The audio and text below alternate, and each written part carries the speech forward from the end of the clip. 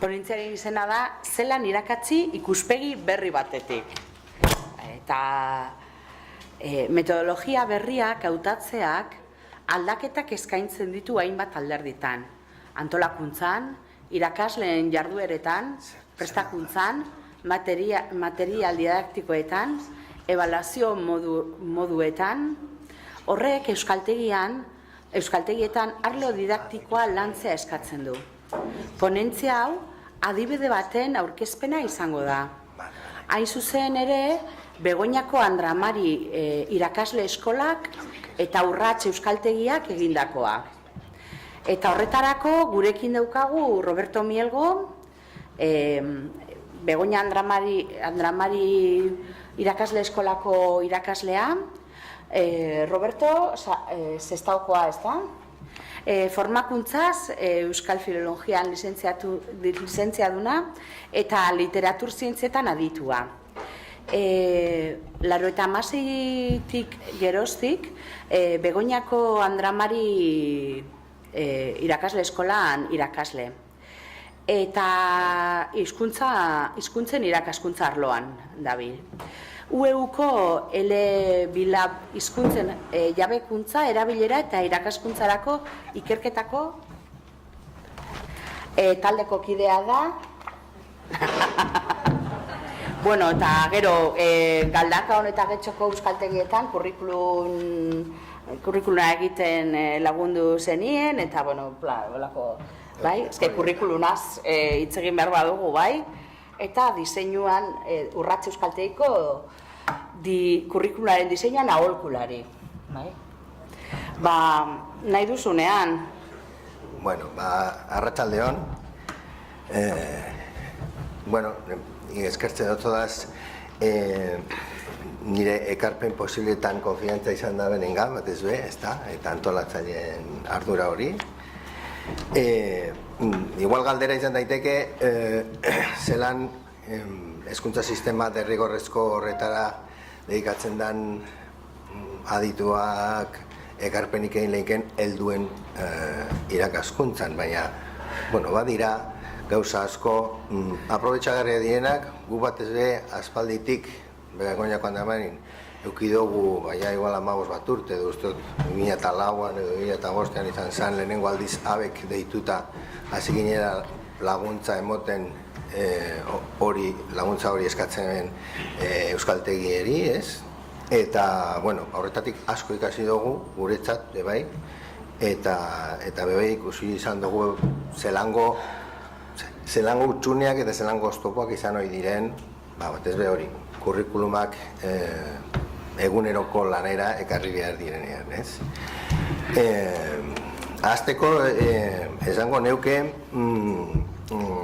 garai batean nire hasieratan abeko sarean irakasle behi izan itzala, eta 98an gogoan daukat, euskaltegi txiki batean ortueian emoten ebazan klaseak, orduen 21 urte izango neuzen, eta han, gehienak andrazkoak ziren, ni baino zarragoak, ni hasi berria, oso urduri, irakaskuntzaz ezagutza gitxi, gehiena neuk antolatu behar izaten eban, eta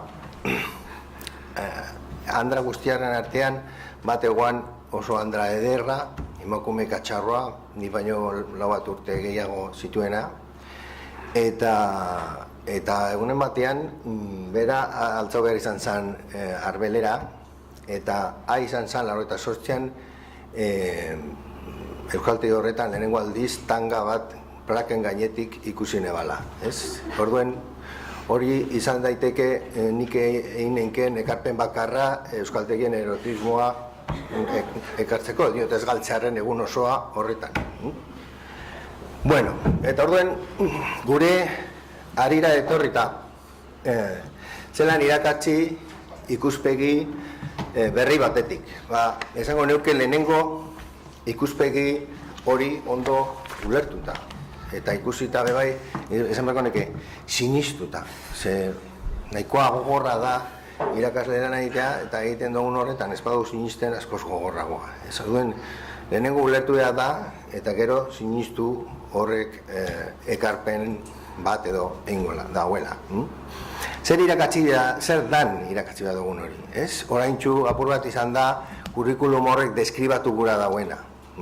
Eta batzuen gan sortu izan dan galdera, eta aurreko urte hauetan ikusi izan dugu, aurreko kurrikulumean ja planteamendu hauetatik gauza asko egon ziren be bai. Bueno, duen ez alda hizkuntza, guk ez dugu hizkuntza irakatsi beharrek, ala, bai, ez? Bueno, hori da, badirudi hori dala guk irakatsi behar duguna, ez? Komunikazio gaitasuna, komunikatzeko gaitasuna, edo gaitasun komunikatiboa, bai?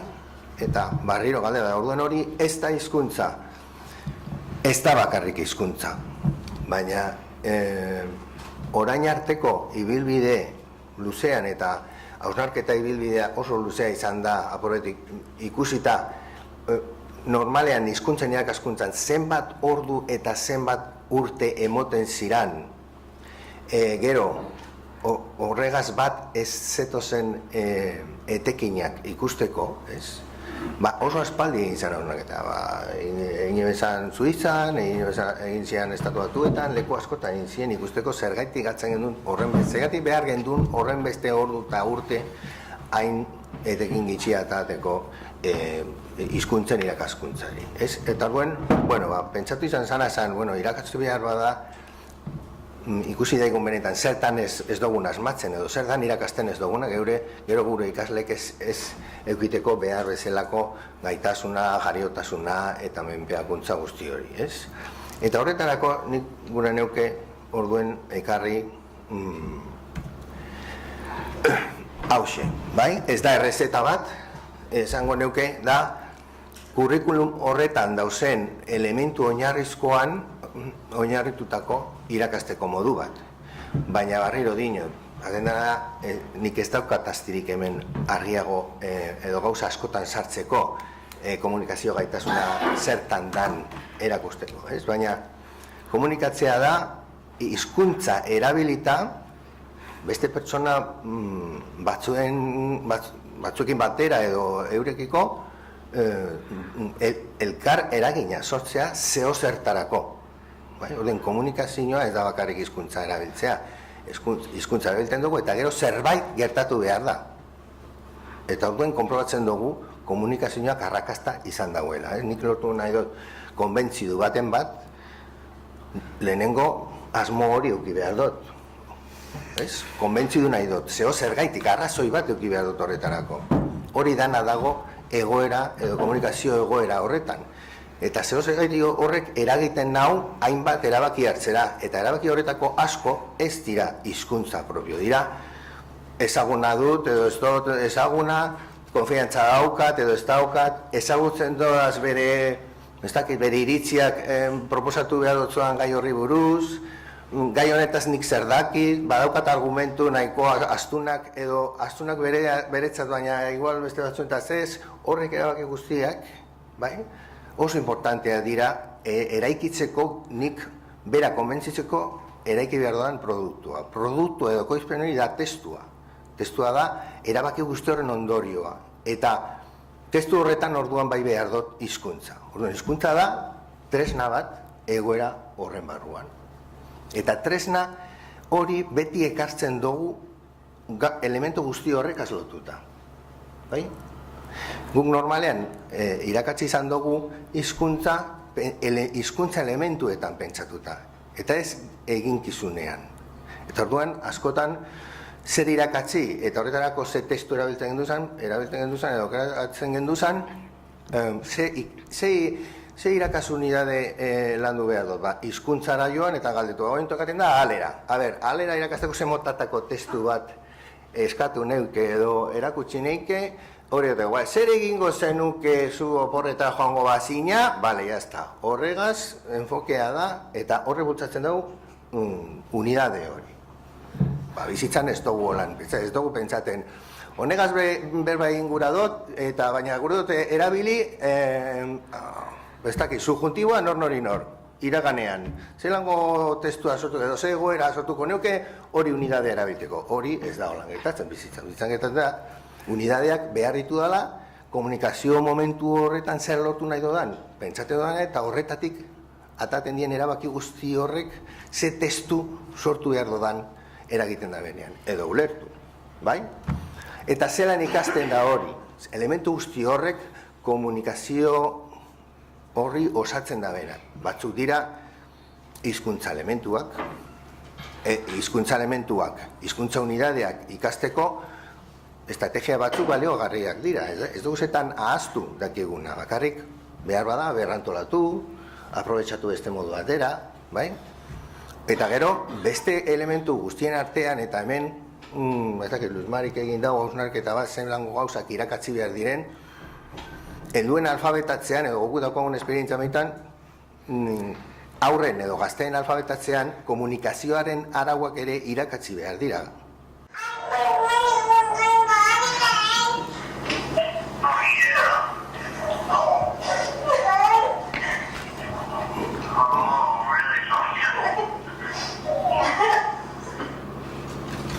Bueno, zer egiten ari da? Entrenatzen ari da. Ez? Zelan jakin dau hori holan egin behar dauela? Jakin dau ikusten, besteek zelan egiten da ben. Jaineta? Hala ez? Hemen. Holan egin dau. Ikasi dau begiratuta. Egin dau irakaskuntza prozesu gehienetan akademiko zein ez akademikoetan debekatuta daukaguna, kopiatu. Bizitzan hori da egiten duguna, imitatu. Ikusi, dakienek zer egiten da ben, eta zelan egiten da ben. Eta begiratu, Apureta aurre ikusi arte, zeintzu dien arauak, zeintzu dien prozesuak, eta duenazten gara, imitatzen. Eta lehenengo porrot egiten dugu, oso txato egiten dugu, ume honek behar bada lehenengoan, inkluso ez dugu telefono ondo jarri, eta jarri dugu aldrebez, mila erantza, gero ja asmatu dauzenaren intendan, bez? Eta purka te batzen da, gero imitaten dago egiten dago, gero keinuak eda doinua, eta emoten dago galdera egiten dago. Galdetzen da, ulertu dago komunikazioan beste gauza batzuk ere badozela hitzak ez daki esaten. Eta montu ematen igual, inkluso, amak eta aita dabil berbaz, eta bera umea da, baina ez da tuntuna, badaki berak ez duela esaten, ezer berezi besteak ulertzen dauenik, eta dauela komunikazio hori, bai? Baina batean, amak esaten duzu egunen batean, bueno, esan agur, aitari, agur, eta esan, agur, ostras. Eta duen, hasia, elementu berezi batzu eta momentu berezi batzu ikasten. Hori da, bizitzan ikasteko erabiltzen dugu, edozein gauza ikasteko erabiltzen dugu, modu naturala.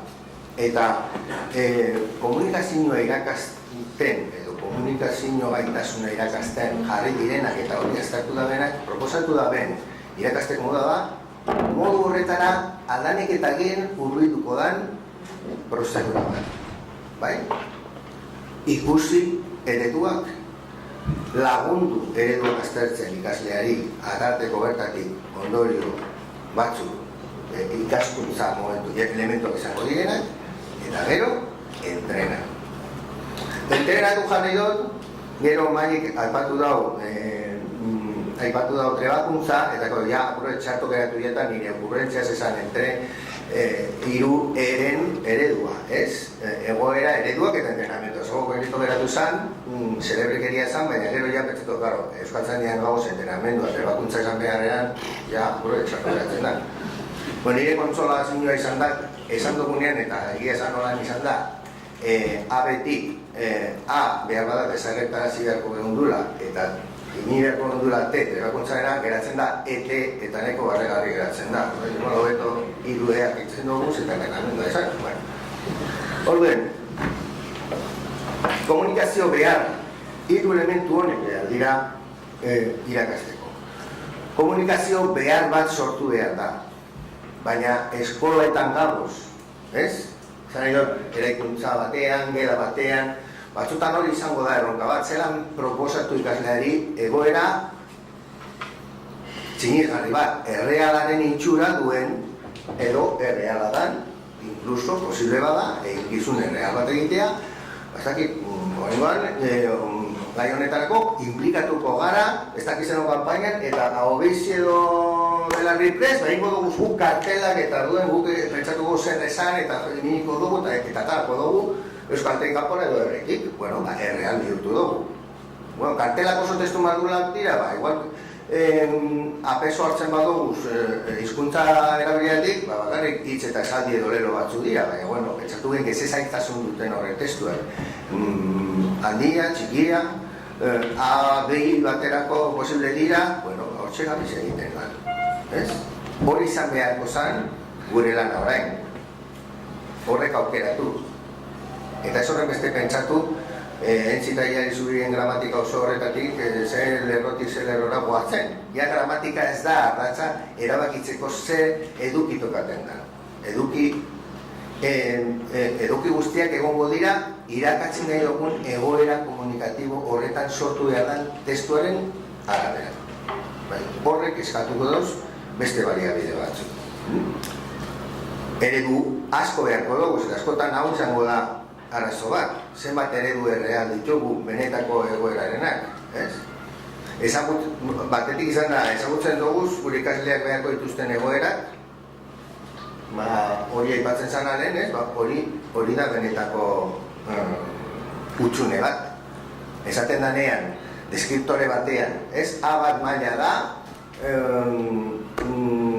gai naiz, egoera oso arruntetan eta oso ezaguna, niretzat oso ezaguna dan hiztegi apurra erabilita, eta inkluso interlokutorearen laguntza apur bategaz oinarrizko bizitzako egoeratan aurrera egiteko. Hori da, joatea erosketak egiten, eta esatea zagarra, bi, da betek zera zer edo berdeak ala gorriak, barkatu, berdeak ala gorriak, gorriak. Zenbat, 6 euro. Eta egon, jazta, egoera komunikatibo bat. Horretarako zenbat ikusten hori da pentsatu da duguna. Horrela antolatu behar dugunke, zer irakatzi. Eta gero horretan trebatu. Egoera asko jarri ikasleak sortu behar izateko. Hainbaten, birritan. Hildo metodologikoen atal horretan, horri diritu, iruretan horri aldeak dira. Nik konbentatzen dut irakurtzea nahiz eta hemen, gauza batzuen formulazio igual, kostatzen da, ez oso batxa dalako, abstrakzio batean dago, baina metodologia honek eduiako lukizan, printzipio guztia batuta doz horri bitan. Eta nahiko ondo dago niretzat ulertzeko, baina hori gero geletara eroan behar da, eta bihurtu behar da lan egiteko modu bat. Eta normalean hori izaten da arazorik handiena, zuk esaten ezen dut, nik bai uste dut, hori da konprobatu duguna orain arte abezko euskaltegiak azarmaten gorenean, formakuntza beharrezkoa da. Ez bakarrik formakuntza. Euskaltegietan lantaldetxoak edo egon beharko ziren, honek erabakiak eta edukiak eta gauzak prestatuko da bezanak eta erabakiko da bezanak eta hori egin behar da. A bateko zeintzu dira egoerak, A bikoak zeintzu, B batekoak zeintzu. Zeintzu adibidez aldatuko badugu aberen bezero ohikoa edo beste bezero batzuk bilatuko badoguz, eta lan arlok adibidez hartuko badoguz, lan arlo batzuetan eta besteetan sortzen dien egoerak eta hortaz behar dien testuak berberak dira, ez. Taldeak antolatu beharko ditugu lanaren arabera, eta duen pentsatu ze testu lan honetan eta zelango testuak beste lan honetan. Ez dakit, txarkutero bat badator bere bizitzarako euskera egin nahi duelako, eta hori, ez dakit, administraritzako batek testuak berberak dira, ez dut uste. Moduen, hori da erabaki dara, horretarako prestatu behar dut bata eta besterako bestea. Eta aniztasun orain etorriko da, segun eta ze perfil daukagun ikasleen artean.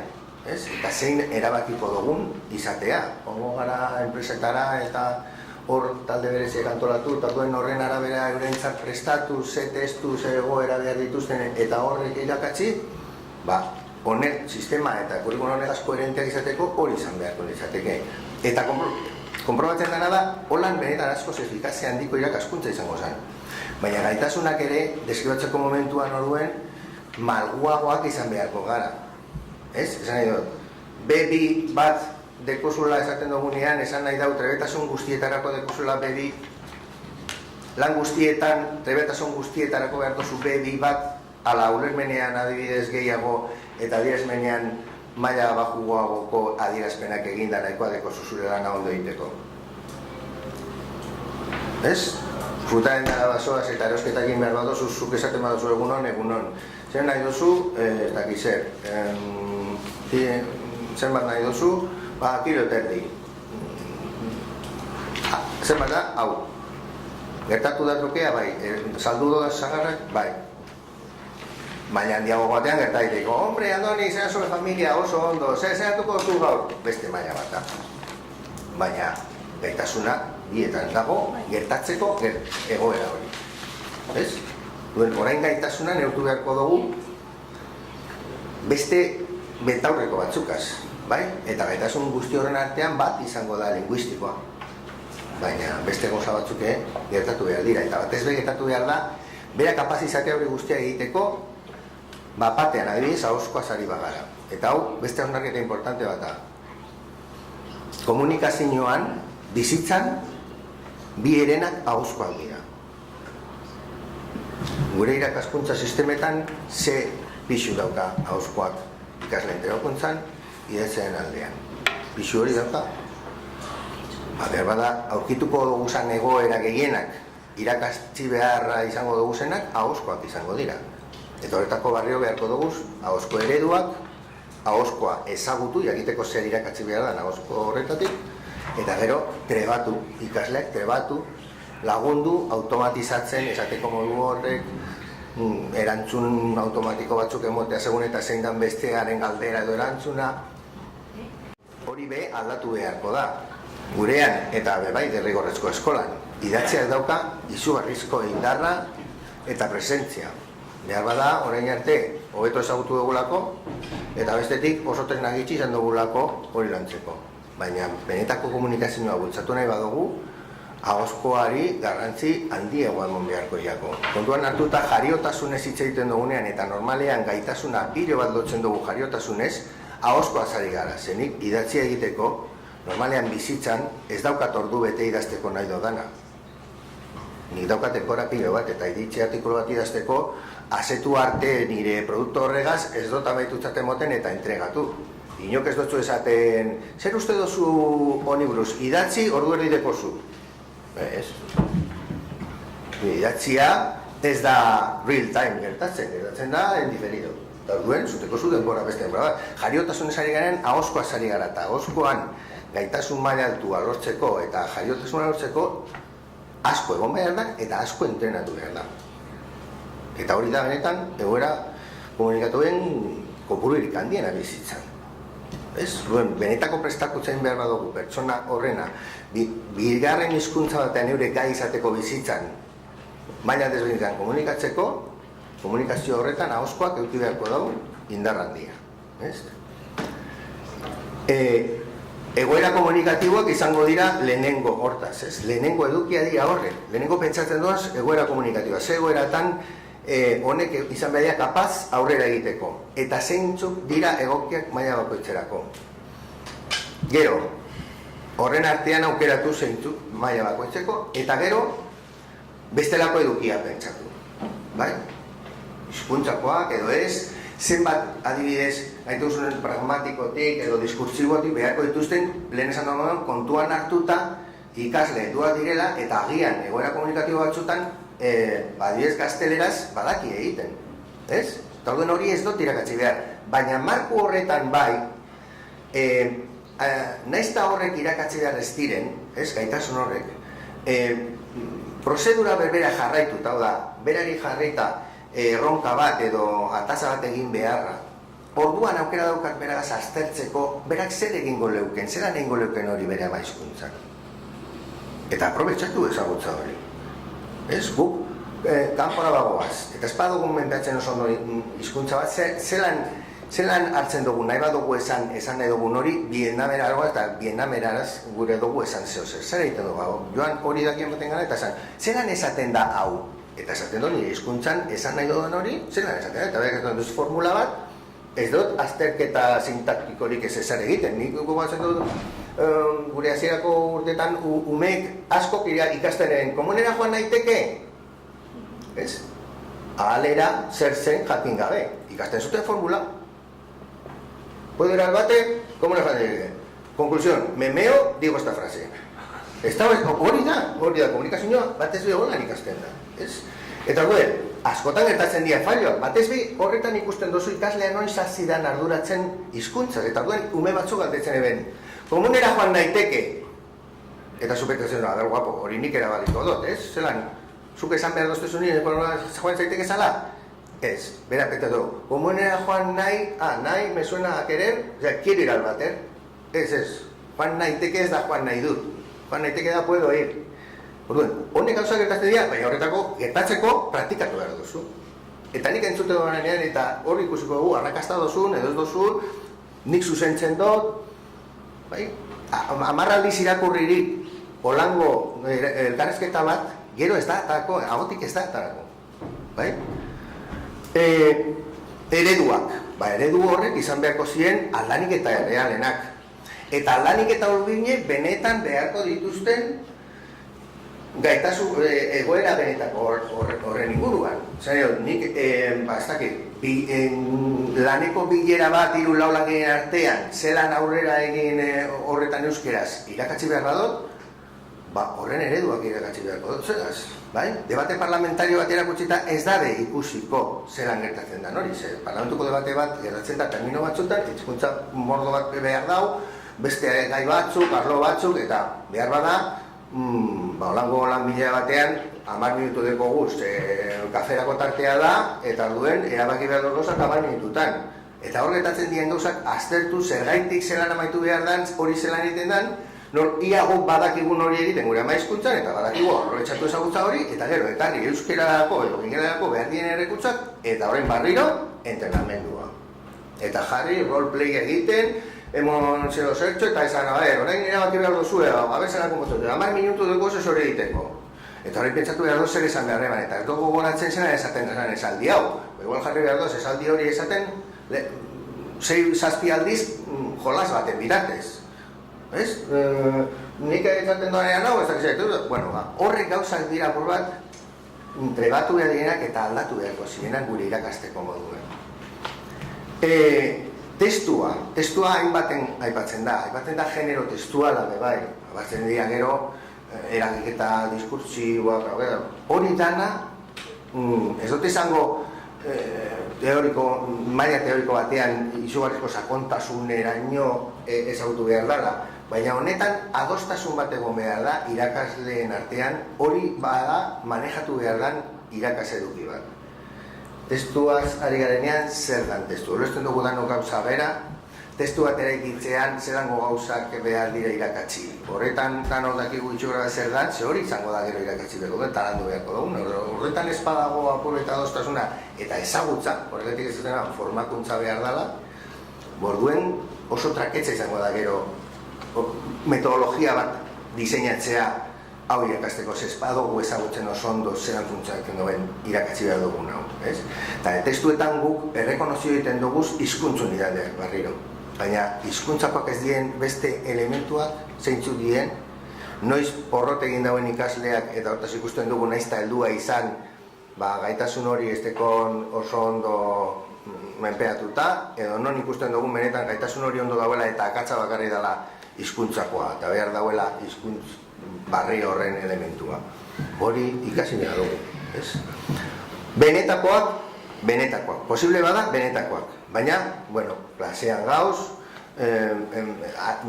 klaseetara eta eskola sistema guztietara egiten duguna da bizitatik atara eta ekarri gure urna txiki honetara, bueno, batzutan ez da izango, baina gaur egun teknologia daukaguz, espazio virtualak dira eta espazio virtual horrek bihurtu geinkez erreal. Errealak, trukeak egiteko, hemen idatzi egiten dira gauzak, hemen irakurri egiten dira gauzak, hemen grabaketa egin daitekez ahozkoak eta bideoak ikusteko edo guk egiteko beste ikusi degi esan, bueno, gauza asko erdi erreal bihurtu geinkez, horren bitartez. Eta bestela, beti egin duguna, antzestu, guk antzerki pilo bat egin dugu, irakasleok eta ikasleok, imaginatu zarela, baina orduan ondo deskribatu behar zara, dozu zer zaren. Bizitzan ez dira gertatzen olango gauzak. Deskribatu zure senarra. A ver, munduko gizonik onena da. Imaginatu iso orain, gertatu dudala, nire lagun bat Australiatik datorrela, eta aireportura joan behar zarela bere bila. Eta berak ez zaitu ezagutzen, eta astu jotan bialtzea argazki bat. Eta mobilearen bateria amaitu diat, ezin dutzot bialdu argazkirik. Eta orain, deskribatu behar dozuzuk, apur bat, ez dakit. Bueno, egin behar badozu, zelan egingo zeunke. Kasu horretan ez zeunke esango munduko gizonik onena dela. Ze, begiratuta, kenduta, holango makarra itxura dokizan guztiak, edo zein izan daiteke, zure senarra. Ze datu emoten dut holango deskribapena egin behar duenean, batzu. Horren izaten baduzu, galdu zara, ez dakit non, ume bati, imaginatzu, galdu zara, ez dakit, portu inglesean. Eta zure ama ez dozu horkitzen. Basoa segurata baten gara eta esan behar dutzuzu, zelan bada zure ama, berak esaten dut, eta zelan guada da? Zer izango dutzuzu, besoak ditu, bi begi ditu, urdinak dira, segun nuenik joan da arantza, nik atzetik ikusiko dut, ez aiztazu, ze hizkuntzako puru beharko dut, oso gitxi. Kasu horretan, oso gitxi. Luma gorri luzea daukan kapela daroa. Haxe, gauza bat, esan dut. Baina egoera komunikatibo horretan hori izan beharra. Horrein igarkizun bat, igarkizunak asmatzera jolastuko dugu. Orduen, hor zein da helburua? Helburua da, zuk luzatzea jolas bat, ze hori da asmaketan jolastea. Orduen, helburua argi bat daukat, ez nazaziko esaten nire hilobak ez haustan moduan. Osaba, sortzean gaitu eta olagarroa da, zer da? Ez dago harrapatu, ez dago urretu zein izan helburua egoera horretan, ez? Azteza esaten, gauza bat da, hori dana da, klaro. Eta horretarako beste ezagutza batzu behar dira, badiez, behar dira hiperonimoak, ez? Zuk esaten dozu, ugaztuna da, eta esan daiteke edozin ugaztun familia, ez? Esaten dozu, edo esaten dozu animalia da, ondino zabalago, horre gauza beharko ditu, bai? Bueno, entrenamendua, trebakuntza, nahi dozu moduan. Izan behar da, ugaria, asko praktikatu behar da, komunikazioa, zatika, zatitxoak aztertzen ditugu, aztertzen dugu zelan azten dira holango testuak, hauskoak zein idatziak. Normalan, trebakuntza pura desbardina izan beharko zan bateako beste, baina entrenamendu hori behar da. Eta atzutan, orain, saiatuko gara egiten. Zer egingo zeunke, sartu eta esan egin behar dana, edo hasi gutu nahu. Orain, hasi zeu, irakurri, eta entzun, eta idatzi, eta hainbat aldiz. Erain ikusiko dugu lau karta desbardin, ia bardin azten dire. Eta ikusten dugu, atatzen dugu formulas, eta badirudi danak azten direla bardin. Edo ez, bi forma dauz, hau edo hau. Baina ez da.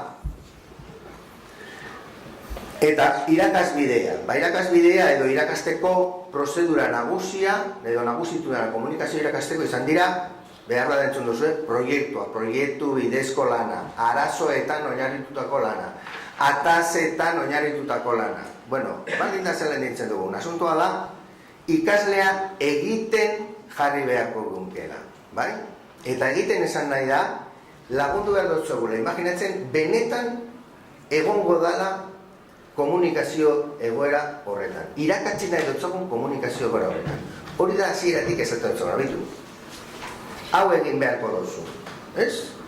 Egin beharko dozu, akta, bilera batean egongo zara, eta zuk idatzi behar dozu bilera horren akta. Tokatuko idatzu. Orduen, egingo dugu bilera bat, edo ikusiko dugu bideoan. Bilera bat gertatzen, eta zuk egingo duzu akta. Orduen, hori egiten ikasi behar dugu. Aukera bidauz, itinerario horretan. Hau, pasatuko du. Hau da, jarri behar neba, baina azpi, eta Dontze eta Zerurien sekuentzia jatuen eredua, bai? 1982koa. Hau da, edozein proiektu keukileken itinerario nagusia. Proposatu lehenengo nora helduko garen, zer egingo duzun, bai? Eta, gero, horretarako diseinatu ibilbide bat, lagunduko dutzona, egin ikasi behar da hori, ikasten eta entrenatzen, gauza biak. Gure zalantza askotan izan da, behar bada helduen alfabetatzean eta eskalduntzean, leheneko izpen bat egitea interesgarri da, hor aipatu da diagnostikoa, hori ardura epiko bat dugu eta diagnostikoa egin beharko bat dugu, bai. Lehenengo aldiz, ondino sartu gabe gauzenean, ikasketa prozesuan, proposatu genke, egin dozu iniz holan hori? Bai, guk egiten dugu lanean, baina erderaz, bai.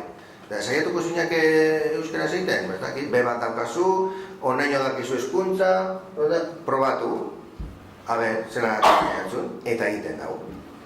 Bueno, orain, nik hori begiratu, eta badakit, zer dakien eta zer ez dakien egiten, diagnostiko.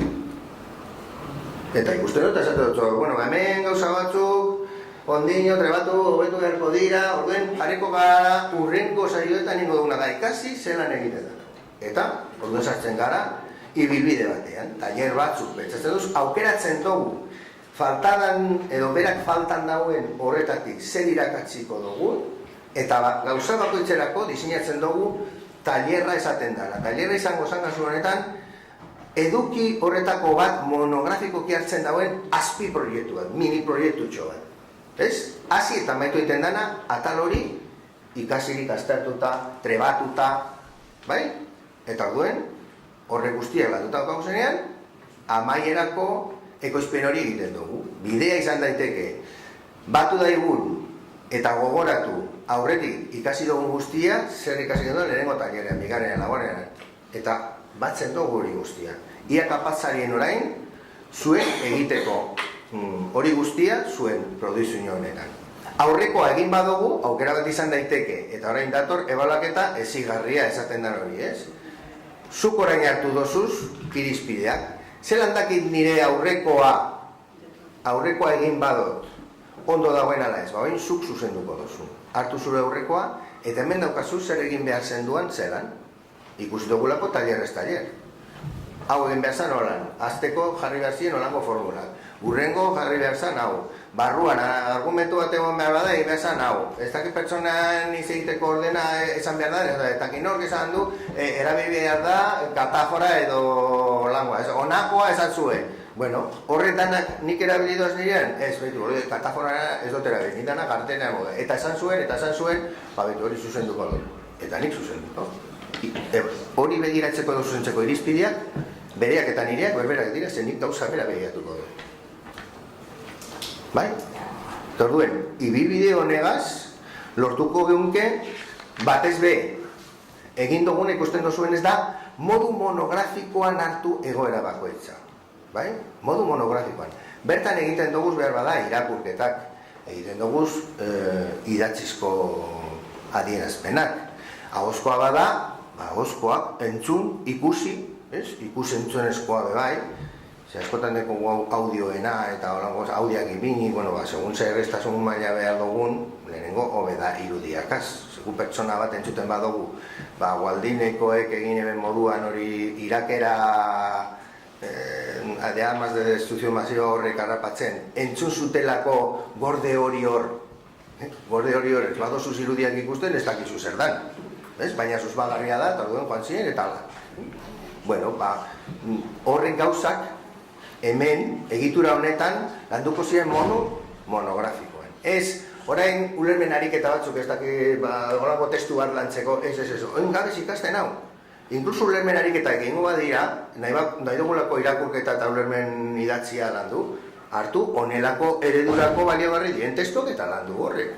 Hartu hor, begiratu horrekaz, baina pertinenteak izan behar dira. Kontzentratuta dagokago orain ikaskuntza honetan. Eta baitzen dugunean, urrengoa. Hemen txertatu genki orain, ze hizkuntza elementu behar dira trebatu. Eta horrekaz lotuta, hemen bai aprobetxatu gehinke guk gramatika, ortografia eta hori guztia lantzeko dakiguna. Txertatu bariketan analitiko batzuk, utxunea betetzeko zera batzuk, baina batez beharko duguna gazlotuta, eta ez, orain tokaten da hau, eta bestean hau, eta entzumenean beste ez dakiz zer gabiz egiten, eta dispertsio horregaz badakit zertan nabi entrebatzen? Ba ez, momentu honetan dakizu, zer egiteko prestatzen ari zaren. Gauza bat, egoera baterako. Egoera horrek lotura zuzena badauka, zu izango dozuzan behar komunikatiboakaz, lanerako bada, lanerako egoeratarako. Kalerako bada, kaleko egoeratarako. Horrek dira erabaki beharko gezanak. Eta duen, ibilbidea osotu dugu, ez dakit, abi bailarako, 12 egoera desberdin, 12 azpil proiektu olangoak, eta horretan lantzen da, hau, jazta. Egoera guztiak ezin izango dugu zirakatzi. Bizitzan existitzen diren egoera dira, amaigabeak, ez dago.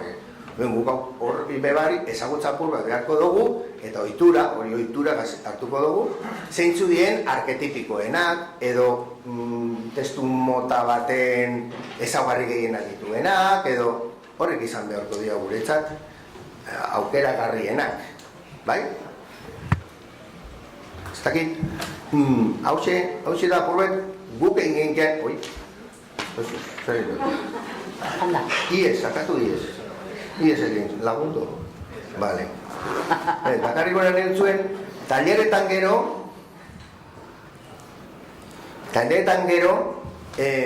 ikusiko dozue alderdi metodologiko horri bi horretan esan dutzu edanean, aipatzen dira beste gauza batzuk, bat importantea da, bide induktibo batetik irakatzi.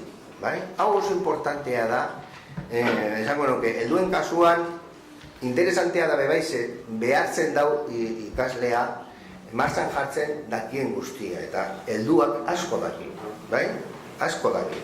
Helduaren behar bada, bere ikerketa lan edo ikertze lan horrek laguntzen daukilo bat ezagutzen bere ama hizkuntzan egiten dakien, ama hizkuntzan egiten daki guzan gauza asko, ikasi duguz bizitzan, ez eskolan.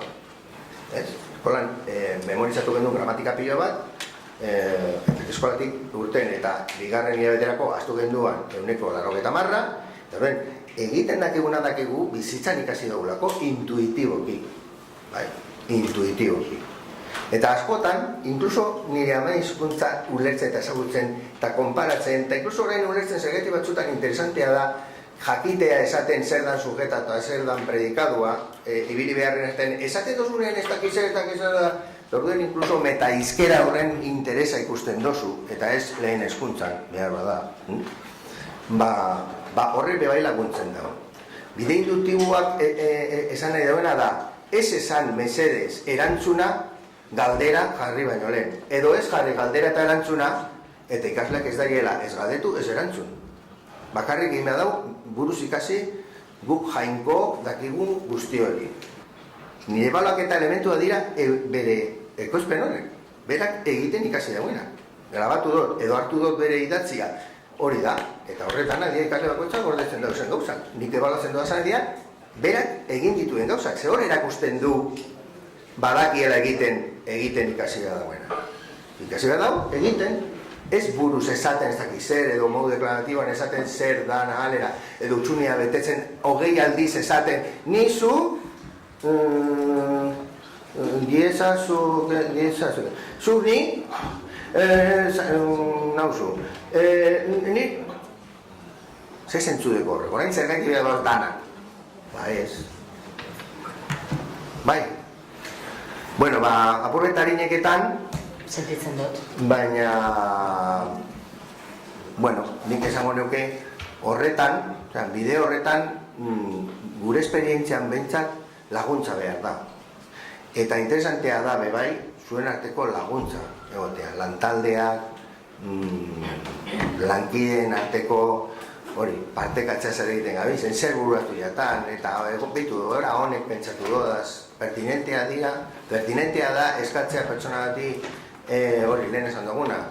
Hemon zu iritzea, gai hauetako bati buruz, kutsadura, 10 lerro, hori da balditza bakarra. Holan ez daukat nik oso ondo, nondik hartu erabakiak jakiteko zelan eta zer idatzi edo azaldu behar dudan. Oin, azaldu eta komentziu behar dozu zure umea, kutsadura oso txarra dala. Coca-Cola lata guztiek lurrea botatzen doz edo non. Ahora hay que convencer, pero es un niño. Igual testua beste modu batera antolatuko dozuz. Eta salpenak igual laburragoa, ez?